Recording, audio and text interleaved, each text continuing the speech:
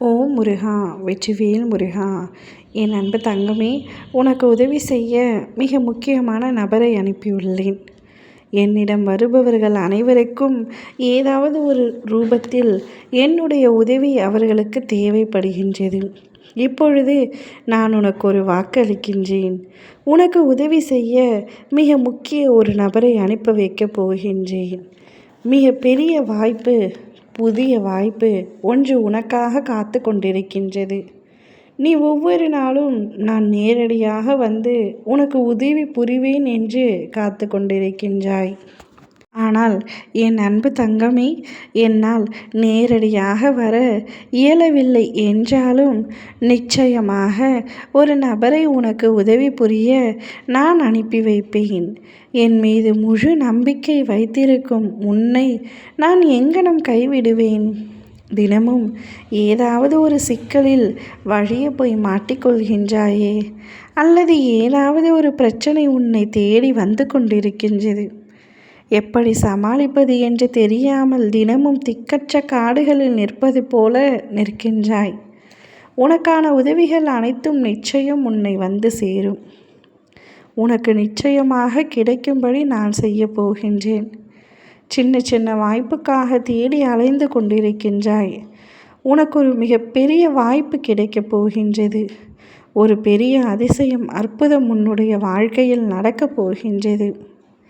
நீ முதலில் வாழ்க்கையின் யதார்த்தத்தை புரிந்து நடந்து கொள்ள வேண்டும். நீ மனதளவில் எதை நினைத்தாலும், எது நடக்க வேண்டும் என்று நினைத்தாலும், வைராக்கியமாக இருந்தாலும் அதில் முதலில் ஒரு உறுதி வேண்டும். ஆனால் ஒரு விஷயம் நடக்கவில்லை என்றால் நீ உடைந்து விடக்கூடாது. சில விஷயங்கள் நடக்கும், சில விஷயங்கள் கால தாமதமாகும். அனைத்தையும் தாங்கும் மனப்பக்குவம் முன்னில் இருக்க வேண்டும். நான் நினைத்தது அப்படியே நடக்க வேண்டும் என்ற எண்ணத்தை முதலில் நிறுத்து. எல்லாமே உடனுக்குடன் நடக்க வேண்டும் என்று எண்ணாதே. விடியலுக்காக காத்திருக்கும் உன்னுடைய வாழ்க்கையில் ஒளி தீபமாய் நான் ஏற்றப் போகின்றேன். அதில் நானே வெளிச்சம் தரவும் போகின்றேன். நல்லதோ கெட்டதோ எதுவாயினும் என்னுடைய பாதங்களில் சமர்ப்பித்து விடு. எதுவுமே நிரந்தரமில்லை.